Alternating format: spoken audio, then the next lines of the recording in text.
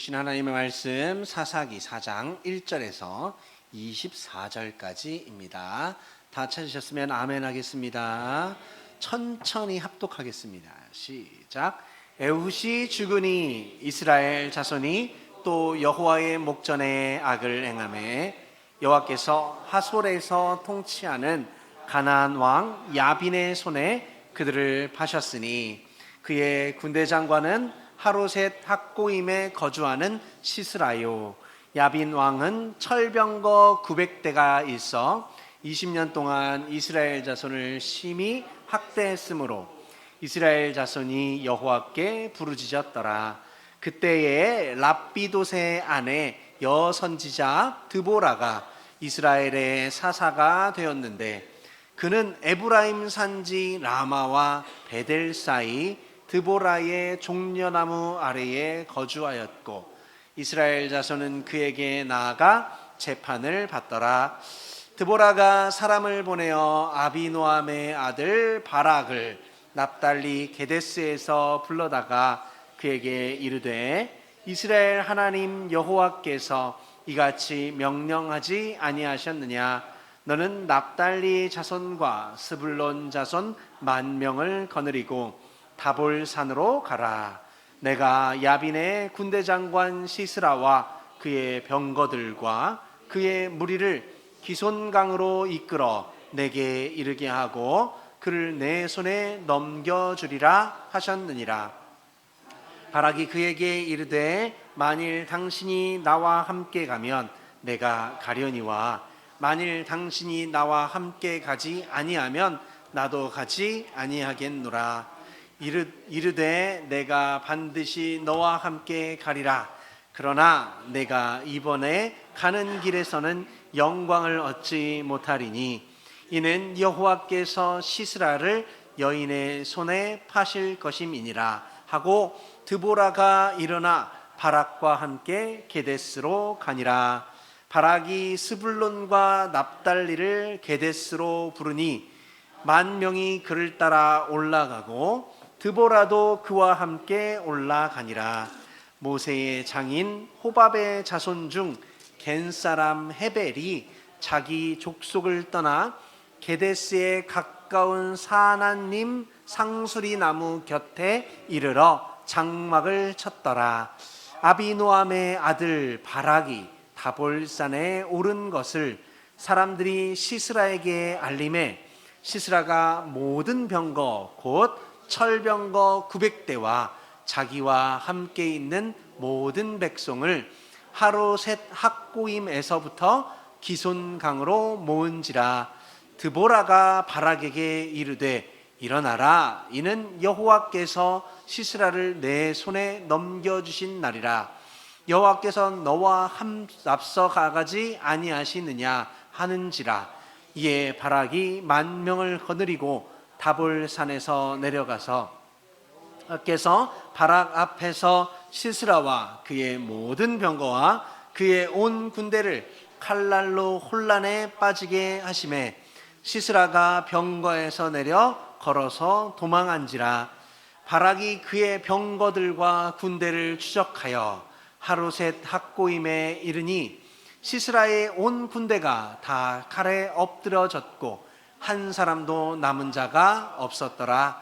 시스라가 걸어서 도망하여 겐사람 헤벨의 아내 야엘의 장막에 이르렀으니 이는 하솔 왕 야빈과 겐사람 헤벨의 집 사이에는 화평이 있음이라. 야엘이 나가 시스라를 영접하며 그에게 말하되 나의 주여 들어오소서 내게로 들어오시고 두려워하지 마소서 하매 그가 그 장막에 들어가니 야엘이 이불로 그를 덮으니라. 시스라가 그에게 말하되 청하노니 내게 물을 조금 마시게 하라.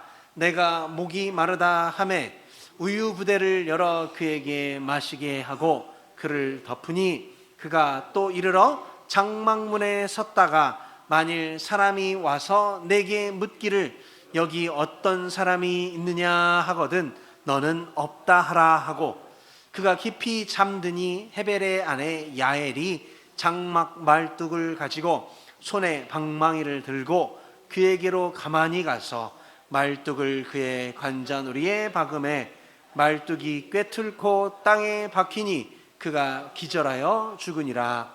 바락이 시스라를 추격할 때에 야엘이 나가서 그를 맞아 이게 이르되 오라 내가 찾는 그 사람을 내가 내게 보이리라 하매 바락이 그에게 들어가 보니 시스라가 엎드려져 죽었고 말뚝이 그의 관자놀이에 박혔더라.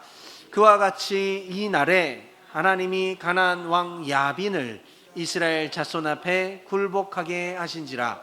이스라엘 자손의 손이 가나안 왕 야빈을 점점 더 눌러서 마침내 가나안 왕 야빈을 진멸하였더라. 아멘. 설교를 더 안 해도 되겠죠? 재밌죠. 저는 구약을 읽을 때 가장 재밌는 것 같아요. 신약보다 이야기가 있어서. 우리가 성경 말씀을 이렇게 소리내서 읽으면요 금방 지칩니다. 24절밖에 안 읽었거든요, 여러분. 한 장 읽었어요. 자, 이제 주무셔도 되죠? 여러분, 4장 1절에 보면은 에훗이 죽었다라고 나옵니다. 이스라엘 자손이 여호와께 또 악을 행하였다라고 합니다. 중요한 단어가 뭘까요, 여러분? 또죠, 또. 끝이 아니에요, 여러분. 여기서 6장 1절에 또 나옵니다. 10장 6절에 또 나옵니다. 13장 1절에 또 나옵니다. 여러분, 이 또나 다시라는 단어가 계속 나오잖아요, 여러분. 근데 이 또나 다시라는 단어가요 단순하게 반복되는 게 아니에요, 여러분. 단순하게 반복되는 게 아니라 더 증가했다, 더 커졌다, 더 많아졌다라는 의미가 거기 숨어 있습니다. 여러분, 자녀가 말을 안 들으면 너 엄마가 말했더니 또 안 들었지. 그러면 또 안 듣잖아요. 그럼 또가 커져요, 안 커져요? 또! 이렇게 커지잖아요. 넌 어떻게 또! 엄마가 몇 번을 말했어, 또! 단순히 또가 아니라 반복이 아니라는 거죠. 점점 더 커져요. 나중에 어떻게 합니까? 포기하죠, 그죠? 너 하고 싶은 대로 하거라. 그죠, 여러분? 근데 하나님 그러신다, 안 그러신다? 안 그러신다. 입니다. 여러분, 다시 하나님의 은혜를 받은 후에도 또 버렸으니 몰라서 그랬다라고 하면요, 여러분, 변명할 수 있을까요, 그렇게? 여러분, 이스라엘 백성들이 부르짖었다라는 것은 여러분, 한 번만 용서해달라, 다시는 안 그러겠다라는 회개가 아닙니다. 여러분, 어떤 사람이 동일한 잘못을 계속하면 흔히들 어떻게 말합니까? 참 어지간하다 진짜. 해도 뭐한다? 너무한다. 어떻게 저럴 수가 있냐. 제가 어렸을 때 자주 듣던 말입니다. 지독하게 말하는, 징그럽게 말하는. 얼마나 말을 들으면 징그럽다 그랬을까요? 여러분, 우리는요 이스라엘 백성 마찬가지로요 지독한 죄인들입니다. 지독한 죄인들. 진짜 어지간하다. 해도 너무한다 라는 거죠. 여러분, 이런 장면을 우리가 볼 때 우리가 놀라야 되는 것이요, 이스라엘의 패역함이 아니에요. 이스라엘의 뻔뻔함이 아니에요. 미련함, 그런 것도, 무모함, 이런 것도 아니에요. 가장 먼저 우리가 생각해야 될 건 뭘까요, 여러분? 이스라엘에게 하나님이 신앙의 자유를 주셨다는 것입니다. 여호와께서 이스라엘을 도우셨다라는 것이에요. 우리가 기억해야 되는 거. 하나님은요 단지 이스라엘의 부르짖음을 들으시는 정도에 머무르는 게 아니에요. 한두 번 들어주시는 정도가 아닙니다. 이스라엘의 그 뻔뻔한 간구에도 하나님께서는 징계하지 않으시고 못 들은 채 하지 않으세요. 차를 타고 어딜 가다 보면요, 가족끼리 어딜 가자고 가요. 목적지를 한번 알려줬습니다. 어디 갈 거야? 라고 하면요, 뒷자리에서 어김없이 소리가 들려요. 아빠, 거기 가고 있는 거 맞아? 맞아. 아빠, 좀 이따가요, 조금 이따가. 아빠, 거기 가고 있는 거 맞아? 맞아. 아빠 지금 어디쯤 왔어? 거기 가고 있는 거 맞아? 하은아, 한 번만 더 물어보면 집으로 갈게. 그러면 그때 입을 닫습니다. 그렇게 하고 어떻게 해요? 좀 있다가 아빠, 아니다. 지가 그래요? 아빠, 아니다. 이래요. 왜냐면 집으로 가면 안 되니까. 왜요? 저는 한다면 하거든요. 집으로 간다 하면 가요, 그냥. 저는 못 참아요. 저는 하나님이 아닙니다. 저는 은혜가 별로 없는 사람인가 봐요. 한 번 말하면 좀 그냥 가자. 왜 이렇게 물어보니 진짜. 아빠. 저희 어머니가 저한테 그러셨어요. 넌 나중에 너랑 똑같은 애 낳아야 된다. 낳았네? 낳았어. 예전에 저희 어머니가 그러셨어요. 버스를 타면은 그렇게 말을 시켜갖고 엄마가 창피했다는 거야. 엄마 저건 뭐야? 엄마 저긴 뭐야? 엄마 저건 뭐야? 그 심정을 이제서야. 아멘. 자녀를 키우면 알게 되더라고요, 여러분. 자, 그런 만큼 우리는 하나님의 은혜가 우리에게서 떠나지 않는다는 사실을 감사해야 됩니다. 이스라엘과 하나님과의 관계는요, 여러분, 누가 더 끈질기냐가 아니에요. 누가 더 지독하냐 이런 문제가 아닙니다. 하나님은 이스라엘에게 고집 싸움을 하는 게 아니에요. 뭐 하는 겁니까? 책임을 다하는 거예요. 책임을. 이스라엘은 끊임없이 죄를 반복하고 하나님은 끊임없이 은혜를 반복하십니다. 이런 경우에 사람들은요, 은혜를 반복하는 사람을 설득하지 않고 은혜를 모르는 사람을 선택하지 않고 은혜를 반복하는 사람을 설득해요. 뭐라고? 그만해 그러죠, 여러분. 심지어는요, 은혜를 주면 줄수록 그 은혜가 재발할 수 있다라는 근거로 활용됩니다. 잘해주면 뭘 모른다? 좋은 줄 모르고 올라서고 기어오른다 이렇게 얘기하죠. 근데 여러분, 그거는요 다분히 인간적인 죄인의 마인드라는 거예요. 하나님 절대 그렇게 하지 않으신다는 거예요. 여러분, 오냐 하면 어떻게 해요? 기어오르죠. 그래서 어떻게 해? 적당히 오냐 하려고 하죠. 근데요, 하나님은 안 그러신다는 거예요. 우리는 이제 하나님을 알았으니까, 하나님의 사랑을 받았으니까 어떻게 해야 돼요? 우리도 어떻게 해야 돼요? 적당히가 아니라 계속 해줘야 됩니다. 계속. 목사님이 전도 대상자 작정하라고 하셨죠? 어떻게 해야 돼요, 여러분? 꾸준히 계속해서 용납해주면 되는 거예요. 여러분, 그런 말을 하는 사람들은요, 두 당사자와 아무런 관계가 없는 사람입니다. 객관적인 입장에 있는 사람, 아무런 책임도 없는 사람들이 그런 얘기를 많이 해요. 야, 너무 그러지 마. 너 그렇게 잘해주니까 걔가 그러는 거 아니야. 아무 상관도 없으면서 그렇게 하는 거죠. 여러분, 일반적으로 생각하면 맞는 말이지만요, 당사자에게 있는 나에게는요 전혀 맞지 않은 말이에요. 옳은 말이 아닙니다. 하나님은요, 이스라엘을 대하실 때요 절대로 객관적인 입장을 취하신 적이 없어요. 하나님이 죄인을 대하실 때는요 절대로 제3자의 위치에 서지 않으셨습니다. 인간을 대하실 때 절대로 모르는 사람처럼, 남처럼 대하신 적이 없어요. 기독교에서요, 인간의 창조자라고 선언하는 것은요, 하나님이 우리의 주인이다라는 얘기가 아닙니다. 여러분, 뭐예요? 인간을 지으셨다라는 건요, 보호자라는 거예요. 보호자, 구원자, 회복하시는 분이라는 뜻이라는 거예요. 인간의 책임자로서 인간의 불행을 막고 그걸 참지 못하시는 분, 고난과 고통에 방치하지 않으시는 분이 바로 하나님이신 줄 믿으시기 바랍니다. 사사기에서 이스라엘은요, 하나님을 버렸지만 하나님은 이스라엘을 버리지 않으세요. 이스라엘은 하나님을 잊었지만 하나님은 이스라엘을 잊지 않으십니다. 그 부르짖음을 언제나 들으세요. 왜? 이스라엘의 하나님이시기 때문에, 하나님이 언약하셨기 때문에, 하나님이 약속하셨기 때문에 그렇습니다. 이스라엘이 죄인이라며 때에 따라 하나님을 찾아오고 죄인들이 하나님에게 맹세를 하고 합니다.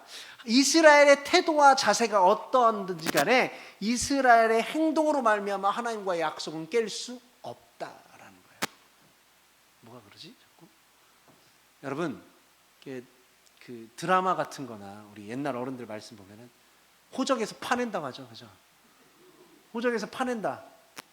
여러분,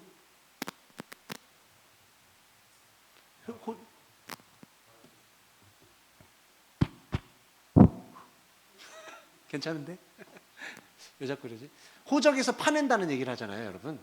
호적에서 팔 수 있게요, 없게요? 그렇죠. 근데 왜 자꾸 파라고 그래요? 나는 어렸을 때 진짜 파는 줄 알았어요. 가능한 줄 알았어. 얼마나 마음이 아프면은 내 자식도 아니라고 하고 호적에서 파가라고 하는지 그런 뉘앙스인데 불구하고 진짜 팔 수 있는 줄 알았어요. 그럴 수 없다라는 거죠, 여러분. 여러분, 이스라엘은요 참 미련하고 답답하고 어리석은 삶을 삽니다. 3장 8절에 의하면 메소보다미아 왕 구산리사다임에게 압제를 받죠. 온니엘을 통해서 이스라엘을 구원해 주시지만 40년 동안 평온했고 그 이후에 어떻게 됩니까? 또 평온을 깬 것은 이스라엘이었어요. 여러분, 여호와를 버린 것입니다. 하나님이 평온함을 주셨지만 그 평온함을 깬 것은 누구예요? 이스라엘이에요. 이스라엘이 여호와의 목전에 악을 행함으로 평온함이 깨어졌고 이스라엘이 또 여호와를 버림으로 다른 문제들이 시작되는 겁니다. 여러분, 죄를 짓고 불행에 빠진 후에 평온함을 상실한 후에 그때서야 하나님이 주신 평온함이 좋았다라고 얘기하는 거예요. 여러분, 우리 어떻습니까? 불행할 때, 힘들고 어려울 때 그때가 좋았지.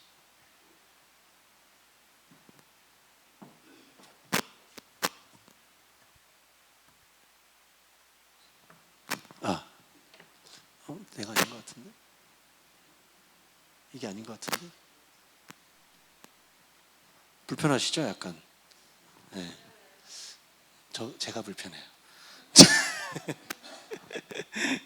그렇습니다, 여러분. 참 미련하고 어리석은 삶을 사는 게 바로 이스라엘이에요. 그런 이스라엘이 여호와의 목전에 악을 행함으로 평온이 깨어졌고 또 여호와를 버림으로 다른 문제가 새로 시작되는 것이죠. 여러분, 죄인이 얼마나 좋습니까? 이 평온함이 지속될 때 얼마나 좋아요? 여러분, 한번 생각해 보세요. 여러분도 좋았을 때 어떻게 생각하십니까? 그때가 좋았다라고 말씀하시죠. 이스라엘이 모압 왕 에글론의 압제에 18해 동안 시달렸어요. 그때 하나님이 에훗을 통해서 이스라엘을 구원하시고 자그마치 80년 동안 평온함을 주셨습니다. 얼마나 좋아요, 여러분? 80년 동안 평안을 누려보니까. 더 나아가서 평생 동안 평온함을 누리면 얼마나 좋습니까? 그런데 이스라엘은 또 평온함을 깨버리죠. 왜냐하면 누릴 줄 몰랐기 때문에 그렇습니다. 여러분, 인간은 죄인이에요. 인간은 전혀 모르는 죄인입니다. 죄인이 되어서 가장 미련하게 된 것이 좋은 게 좋은 줄 모르는 거예요. 여러분, 지금 이 상태가 좋은 줄 모르죠? 우리가 그런 거 있잖아요. 평범한 게 제일 좋은 거다. 아무 일 없이 사는 게 진짜 좋은 거다. 별일 없이 있는 게. 근데 가끔 별일이 없으면 어때요? 지루해. 그럼 어떻게 해요? 별일 생기면 어떡합니까? 그때가 좋았는데. 또 그래요. 연애들 많이 해보셨어요, 연애? 제가 어렸을 때 들었던 말이 하나 있는데, 자랑이에요. 어떤 누나가 그럽디다. 경진이는 결혼 상대로는 진짜 최고인데 연애 상대로는 별로일 것 같대. 무슨 말 뜻인지 알겠어요? 네? 연애를 많이 해보신 분들은 알겠죠? 여자분들이 가끔 나쁜 남자 좋아하는 사람들이 있어요. 왜 좋아해요? 자꾸 뭔 일이 생겨. 다투기도 하고 막 재밌기도 하고 사귀는 느낌도 들고 막 연애하는 막 느낌도 있고. 근데 그게 결혼까지 가면 어떻다? 골치 아프다. 그러니까 그 누나가 나한테 결혼 상대로는 되게 좋은데 연애로는 재미가 없을 것 같다, 이런 거죠. 그러거나 말거나 결혼할 건데 뭐. 그렇죠? 여러분, 오늘 여자가 나옵니다. 여자. 사사기 4장에 등장하는 이스라엘의 대적은 누구예요? 군대장관 시스라예요. 시스라. 무기로는요 철병거 900대가 등장합니다. 야빈의 군대 장관 시스라, 왕과 장군이 나왔고요. 무기가 철병거가 나왔어요. 얼마나 대단하니까 이때 당시 철병거는 없는 거예요, 여러분. 그 철병거가 900대가 있었어요. 상대방이 왕과 장수를 내세웠습니다. 그럼 이스라엘에서는 어떤 게 나가야 될까요, 여러분? 어마어마한 게 나가야 되죠. 철과 병거를 이기고 군대 장관을 이길 만한 게 나가야 되는데 뭐가 나갑니까? 하나님께서는 정반대가 나가는 거예요. 뭐가? 여자가 나갑니다. 여자가. 전쟁과 무관한 여자가 나가요. 나무 그늘에 앉아서 판단하던 여자가 나갑니다. 여자를 무시하는 게 아니라 여러분, 급수가 안 맞는 거예요. 급수가. 여러분, 여자 2명이 남자하고 팔씨면 지더라고요. 저요. 남자랑요, 여러분, 힘 자체가 사실은 구조가 너무 다르기 때문에 절대 되지를 않습니다, 상대가. 근데 가끔 유튜브 보면은 미국 여자 경찰들은 무섭더라고. 등치 이거라고요. 진짜 한 대 때리면 다 나가 떨어지게 생겼어요. 어쨌든 그래요. 훈련받고 이제 그런 직에 종사하시는 분들. 그런데 오늘 성경에서는요, 전쟁과 무관한 여자가 나옵니다. 아무 상관이 없는 여자가 나와요. 여자 변호사 같은 사람이 나오는 거죠. 이스라엘 백성들이 승리를 기대할까요, 여러분? 그 여자가 나왔을 때 기대하지 않습니다. 이 전쟁에서 승리하면 여자 덕분일까요, 여러분? 아닌 게 되는 거예요. 왜? 여자한테는 기대할 게 없으니까. 지금 군대 장관이 나왔고 한나라 왕이 나왔고 철병과 900대가 나왔는데 나오면 뭐합니까? 여자가 하나 나오면 뭐합니까? 하나님은요 이 모든 것들을 행하시는 이유가 뭐예요? 이스라엘을 가르치시기 위해서요. 가르치시기 위해서. 하나님에 대해서 니들이 잘못 알고 있는데 알려줄게 하면서 가르치시는 겁니다. 하나님을 증명하기 위해 하나님이 사용하는 수단이 바로 사사라는 거예요.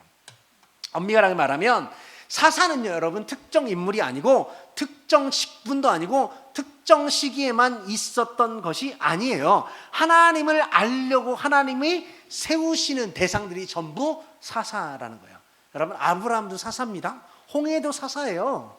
여러분, 지팡이도 사사예요. 갈멜산에 내렸던 불도 사사입니다.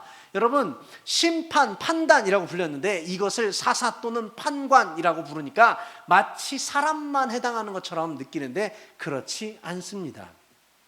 하나님께서는 이 사사라는 것을 세워서 특정한 역할을 감당하게 하세요. 사사가 한문으로 뭔지 아세요, 여러분? 선비사, 소송사 합쳐서 사사예요, 사사. 영어로는 저지라고 부릅니다. 판사를 부를 때 저지라고 불러요, 여러분. 마치 그 사람이 신비나 스승과 같은 나름 존경받는 인물이고 주변 사람들을 가르치거나 훈계하는 역할을 하는 것으로 착각하면 안 돼요. 누가 사사가 되었느냐가 중요한 게 아니라 하나님이 부르고 세우고 하신다라는 게 중요한 거죠, 여러분.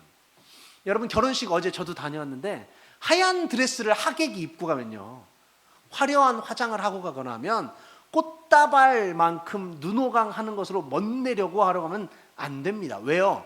결혼식은 누구예요? 신부가 축하를 받는 자리인데 그렇게 가면 안 되는 거죠. 여러분, 하나님은요, 잘난 사람을 쓰지 않으세요. 왜? 만약에 이스라엘의 적인 가나안 왕 야빈을 물리치고 압제해서 구해줄 사람이 있으면요, 여러분, 그 사람이 하면 됩니다. 그 사람이 하면 되죠. 할 수 있는 사람이 하면 되죠. 그럼 뭐예요? 와, 그 사람 대단하다, 박수 쳐주는 거예요. 그럼 누가 대단한 사람이 돼요? 그 사람이죠. 근데 사람들이 생각할 때 아예 포기한 사람, 아예 기대를 안 하는 사람이 나오면요, 하나님이 그 사람을 데리고 일을 하시는 거예요. 그런데 성도들은 사사의 존재나 능력이나 역할에 대해서 결정적으로 오해하게 되는 게 바로 드보라입니다. 드보라. 4장 4절과 5절에 의하면 여선지자예요. 재판관이에요. 과연 사사는 아무나 뽑히는 것이 아니구나, 여선지자쯤 되니까 뽑히는구나 라고 백성들이 느낄 수 있다는 거예요. 여러분, 절대 그렇지 않습니다. 드보라가 여선지자였고 백성을 재판하는 것이 맞아요. 그런데 여선지자나 재판관이었기 때문에, 즉 성실하고 실력이 있고 준비된 사람이었기 때문에 사사에 뽑혔다라고 생각하지만 정말 여러분 상황을 크게 오해하고 계시는 거예요. 예를 들어 볼까요? 결혼에 관해서 남자들이 하는 이야기를 들어보면요, 연애할 때 예쁜 여자가 좋고 결혼할 때 살림 잘하는 여자가 좋다, 이런 말들을 합니다. 이 말의 의도는 뭐예요? 목적과 용도에 따라 다르다 하는 거예요. 한 분야에 우수하다라는 것은 다른 분야에는 우수할 수 없다라는 것을 의미하기도 해요. 여러분, 예쁜 여자 음식 잘합니까? 잘하는 분도 있더라고, 있기는. 근데 거의 기대를 안 하죠, 그죠? 여러분, 축구 국가대표 뽑을 때 한문 많이 하는 사람 뽑습니까? 아니죠. 초등학교 수학과의 선생님 뽑을 때 피아노 잘 치는 사람 뽑습니까? 아니에요, 여러분. 철병거를 900대 거느리고 장군이 나왔는데 전쟁에는 남자들, 특별히 힘센 남자들, 용맹한 사람들이 필요합니다. 근데 힘이 없는 학자를 뽑으면 됩니까? 여러분, 미스 코리아를 뽑으면 됩니까? 코미디죠. 코미디예요, 여러분. 미스 코리아가 예쁜 건 맞지만 싸움을 잘하지는 않잖아요. 변호사가 나름 똑똑하긴 하지만 똑똑한 것은요, 그 똑똑한 걸 쓸 때 필요한 거예요. 전쟁에서는요, 여자가 아니라 남자가 더 필요합니다. 재판관이 아니라 장수가 더 필요해요. 전쟁에서 철병객 900대와 맨손으로 싸우는 전쟁에는요, 정말로 전쟁에 탁월한 장수가 필요해요. 여러분, 이순신 장군 기억나시죠? 얼마나 대단한 사람이에요? 얼마나 역사에 길이 남을 사람이잖아요. 왜 그래요, 여러분? 굉장히 지혜로운 전술로 아주 큰 군대를 격파했기 때문에, 적은 수로. 그런 거와 같답니다. 여러분, 이 상황이 여러분 잔다르크처럼 생각하시면 안 돼요. 하나님은요, 전쟁과 아무런 관련이 없는 사람, 즉 아예 차라리 전쟁과 관계없는 사람, 가장 멀리 있는 사람을 뽑아서 넣으시는 거예요. 하나님이 이 사람을 통해서 전쟁을 이긴다면 하나님이 진짜 하나님이라는 것이 판단이 되는 거죠. 이 장면에서 드보라가 사사가 됩니다. 드보라가 사사로 세워진 것은요, 당시 사람들에게 가장 인정받지 못한, 가장 기대할 수 없는 판단인 거예요. 이스라엘의 초대왕 사울의 경우도 마찬가지였죠. 이스라엘이 블레셋 때문에 고난을 받을 때에 백성들이 자신을 대신해서 싸워줄 왕을 구합니다. 그때 세운 고른 왕이 바로 사울이에요. 사울의 특징 뭡니까, 여러분? 기골이 장대하죠. 사무엘상 9장 2절에 보면 기스에게 아들이 있으니 그의 이름이 뭐야? 사울이요, 준수한 청년이라 이스라엘 자손 중에 그보다 저 준수한 자가 없고 키는 모든 백성들보다 어깨 위에 컸더라 라고 했어요. 사람들 기준에 이 정도는 돼야 믿음이 생기고 신뢰가 생기죠. 여러분, 외모 봐요, 안 봐요? 보죠. 다 봅니다. 그게 사람이에요, 여러분. 예를 들면 사사기 11장에 이스라엘이 암몬 자손과 싸우려고 할 때 선택한 사람이 입다예요. 11장 3절에 보면 입다가 이렇게 나옵니다. 이에 입다가 그의 형제를 피하여 돕당에 거주하며 잡류가 그에게 모여 그와 함께 출입하였더라. 원래 입다는 이스라엘 백성들에게 쫓겨나서 산적이 된 사람이에요. 근데 이스라엘에게 위기가 닥치자 사람들이 불러왔죠. 왜냐하면 입다가 산적이 되어서 싸움에 능했기 때문에 그래요. 전쟁에서 싸움 잘하는 사람이 필요하기 때문에. 그런데 사사기 4장에 이스라엘이 가나안과 전쟁을 하는 순간에 하나님은 여장수 아니고 여재판관을 세웁니다. 하나님을 버리고 우상을 섬기는 것이 지혜롭다고 생각하는 이스라엘 백성들에게 하나님이 정반대의 일을 펼치시는 것이죠. 여러분, 기억하시는 말씀 중에 고린도전서 1장 27절 있습니다. 뭐라고 나옵니까? 하나님께서 세상에 미련한 것들을 택하사 지혜 있는 자들을 부끄럽게 하려 하시고, 또 뭐라고 하세요? 세상에 약한 것들을 택하사 강한 것들을 부끄럽게 하려 하시며, 하나님께서 세상에 천한 것들로 멸시받는 것들과 없는 것들을 택하사 있는 것들을 패하려 하시나니 이는 아무 육체도 하나님 앞에서 자랑하지 못하게 하려 합니다. 여러분, 이 말씀을 우리가 잘 기억해야 돼요. 하나님이 우리에게 알려주시고자 하는 건 뭐예요? 약한 것들을 택해서 강한 것들을 부끄럽게 하신다는 거예요. 왜? 내가 하니까 라는 거예요. 그러니까 뭐야? 내가 하니까 넌 자랑할 게 있다 없다? 없다라는 거예요. 하나님이 드보라를 세우신 거, 드보라를 통해서 하나님을 알리시기 위해 당시 이스라엘 사람들의 생각을 깨트리기 위해 나타난 남자들을 조금 살펴볼까요? 사사기 4장에 보면 남자들이, 네 부류의 남자들이 등장합니다. 당시의 중심 세력, 당시의 생각을 주도했던 사람들이 나타나요. 그리고 불쌍한 사람들 나타나고요, 망신당하는 사람들 나타납니다. 첫 번째로 10,000명이나 되는 이스라엘 자손들, 10,000명, 남자들입니다. 여러분, 이 장면에서 약간 놀라야 되는데요, 아무도 안 놀랍니다. 왜냐하면 이 장면에서 10,000명이 등장했다라는 것이 무엇을 의미하는지 모르기 때문에 그래요. 같은 사사기 안에 이 장면과 정반대되는 장면이 있습니다. 7장에 보면 기드온이 전쟁에 나가려는 백성을 모았을 때 32,000명이 모였습니다. 하나님이 너무 많다고 돌려보내라고 그랬어요. 끝까지 남은 사람 몇 명입니까? 기드온의 300명 남았죠. 300명. 왜? 숫자가 많았을 때 이기면 하나님이 이기게 하셨고, 하나님이 하지 않고 자신들이 이겼다라고 생각할 것 같기 때문에 그런 거예요. 근데 사사기 4장에서는 정반대로 하나님이 사람을 모으라고 하십니다. 4장 6절 후반부에 납달리 자손, 스불론 자손 10,000명 거느리고 다볼산으로 가라라고 합니다. 하나님이 10,000명을 모으라고 했습니다. 왜냐하면 이번에도 목적은 하나님이 하셨다라는 것을 나타내기 위해서 그래요. 10,000명이나 모였는데요, 의지할 만한 남자가 없는 거예요. 그래서 대표가 누구예요? 드보라예요. 여자가 등장한 것을 부각시키기 위해 무기력한 남자 10,000명이 들어오는 겁니다. 10,000명이나 되는 남자들이 분명히 전쟁을 위해서 싸웠는데, 나갔는데 성경에서 관한 언급이 나오지 않아요. 그 10,000명에 관한 언급이 안 나옵니다. 어떤 역할을 했는지 몰라요. 분명히 존재하긴 했는데 없어요. 이런 사람들 전문 용어로 뭐라고 합니까, 여러분? 투명인간이에요. 투명인간. 없는 사람들. 여러분, 이름이 알려진 사람들도 있습니다. 4장 4절에 보면은 람미돗으로 드보라의 남편이 나와요. 람미돗에 관해서는 어떠한 내용도 나오지 않습니다. 4장 17절에 헤벨과 야엘의 남편이 나와요. 야엘이 나오지 않는다면 헤벨은 아예 나올 이유조차 없어요. 람미돗이 드보라를 키워낸 것도 아니고요, 헤벨이 야엘을 훈련시킨 것도 아닙니다. 남편들 나오는데 아무 역할도 안 해요. 이름도 나왔는데 아무 역할이 없습니다. 이렇게 세 번째도 등장하고 네 번째도 등장을 해요. 바락도 등장하고요. 여러분, 드보라에 대해서 우리가 오해하면 안 됩니다.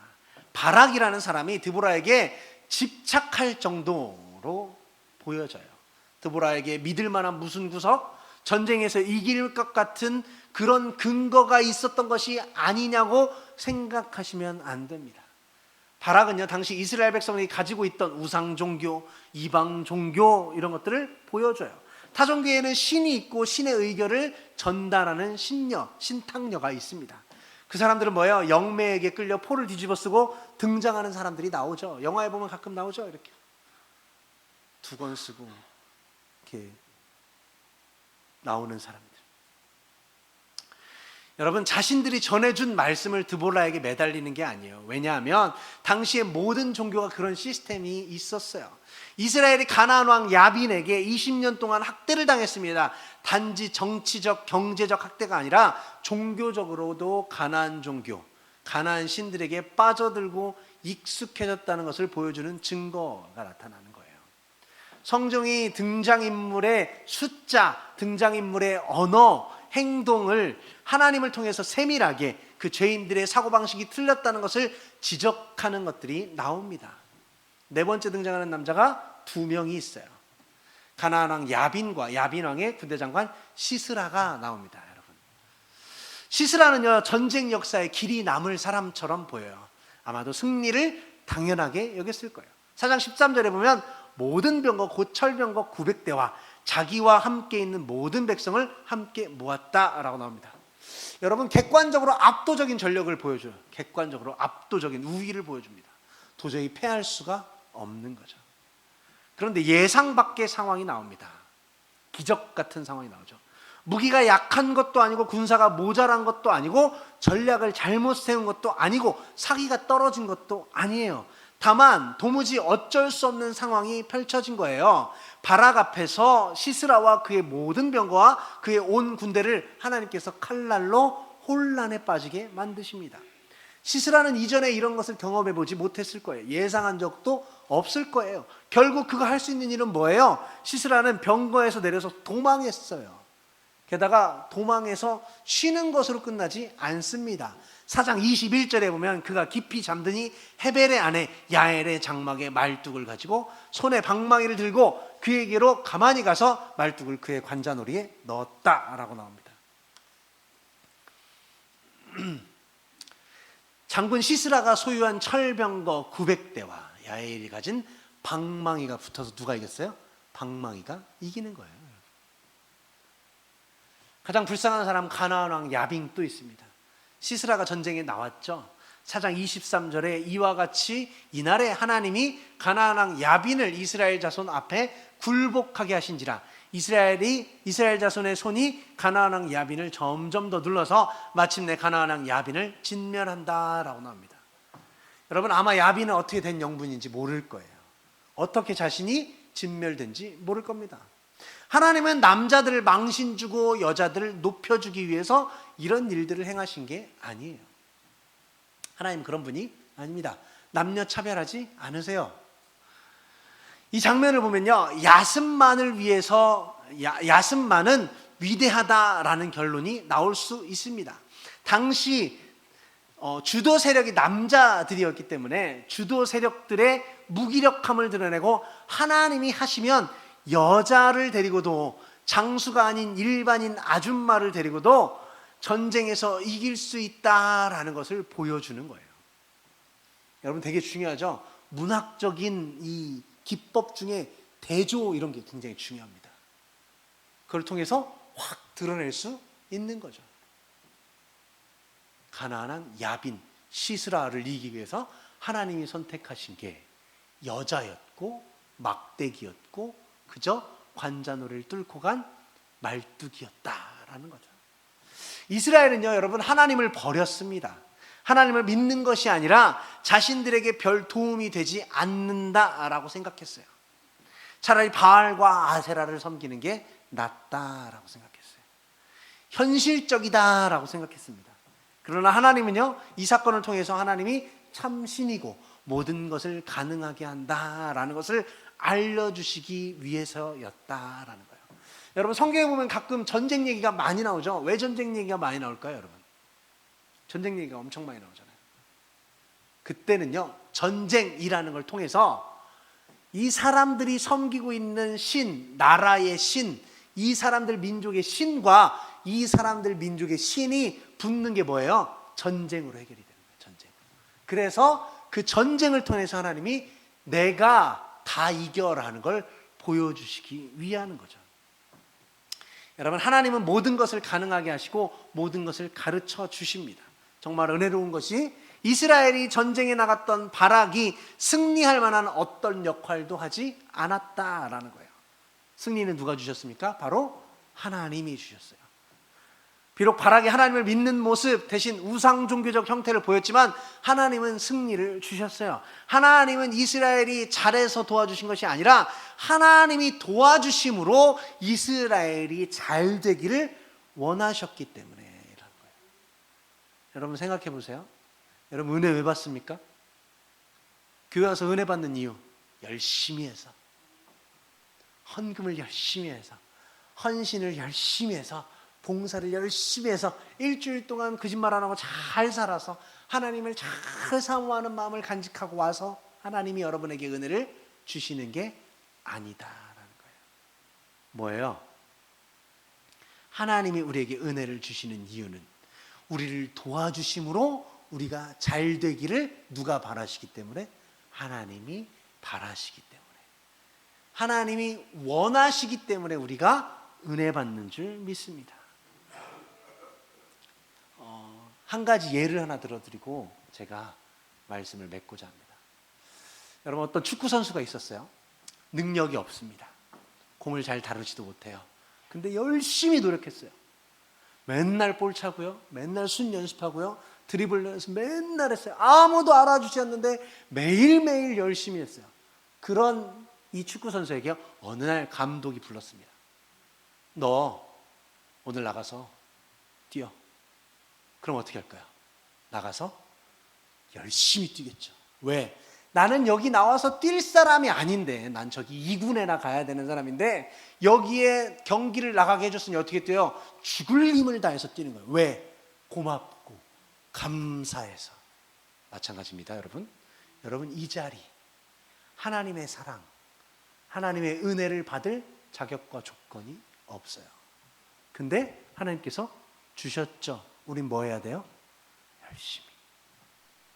열과 성을 다해서 감사함으로 자신 없는 나를 사랑해주고 자신 없는 나를 불러주고 용납해준 그 사랑에 감사해서 기대에 부응하고 싶어서 뛰는 노력하는 여러분 되시길 간절히 바랍니다. 여러분 성경을 읽고 배우는 순간순간마다 하나님이 나에게 주시는 은혜와 사랑이 나에게 더 진하게 다가오길 바라요. 성경 그래서 읽는 거예요. 그래서 여러분 마음속에 자격 없는 내게 하나님이 은혜를 주셨는데 그 은혜를 따라 정말 열심히 살아야겠구나. 내가 가진 모든 것이 하나님의 것이니 내가 헌신하며 살아야겠구나 라고 다짐하시는 여러분 되시길 간절히 바랍니다. 기도하겠습니다.